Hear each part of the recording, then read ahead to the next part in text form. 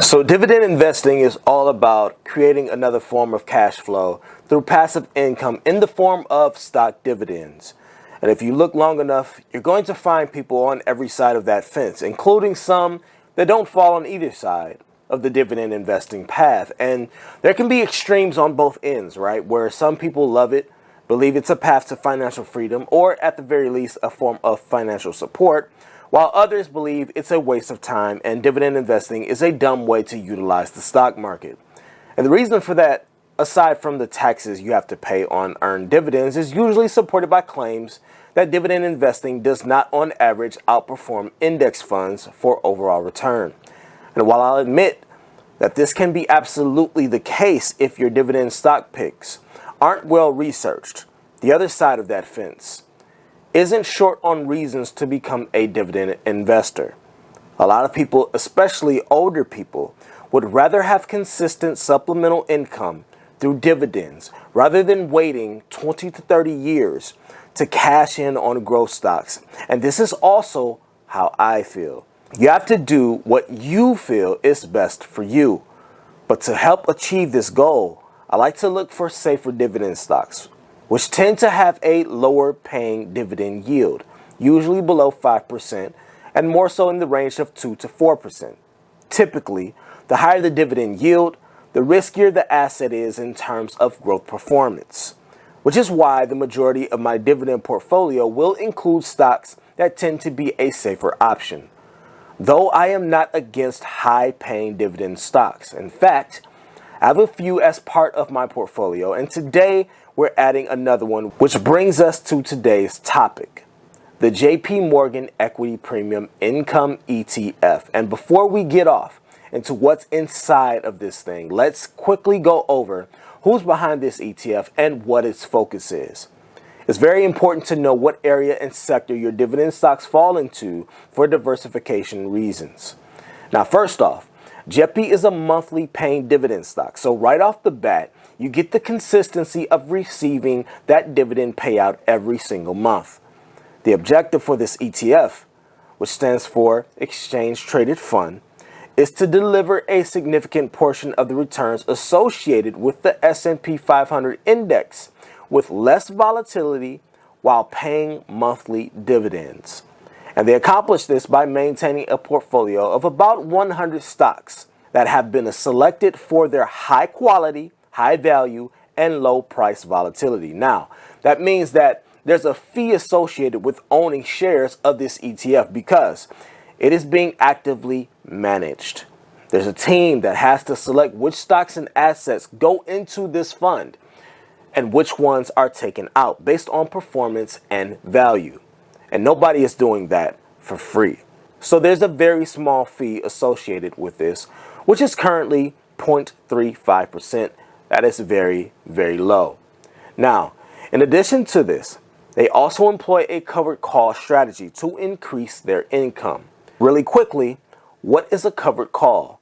It's one of the most basic trading options strategies with the least amount of risk.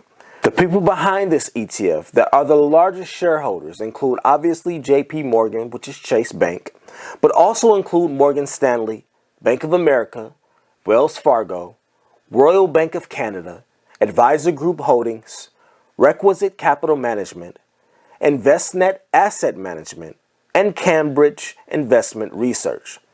So this fund has a lot of big banks and management firms behind it. But let's get into what is included in this ETF. Or in other words, what companies are you holding when you buy into JEPI? I'm not going to go over every single company within this ETF, but I will go over the top 10, starting with JP Morgan.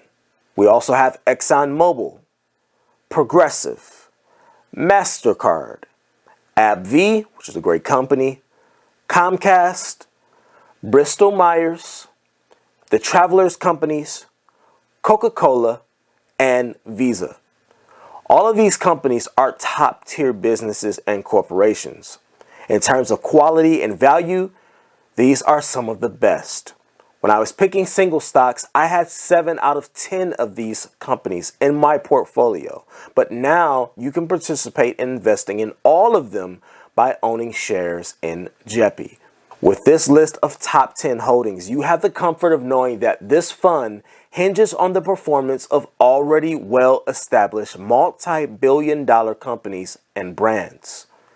Now, if you take a look at the charts, you'll see that JEPI is down just as much as the S&P 500 on the year chart, but it completely gets outshined on the year-to-date, 5-year, and max charts, which is not a surprise. Remember what I said earlier. Dividend stocks typically do not outperform the S&P in terms of overall growth, but that's not why we're here.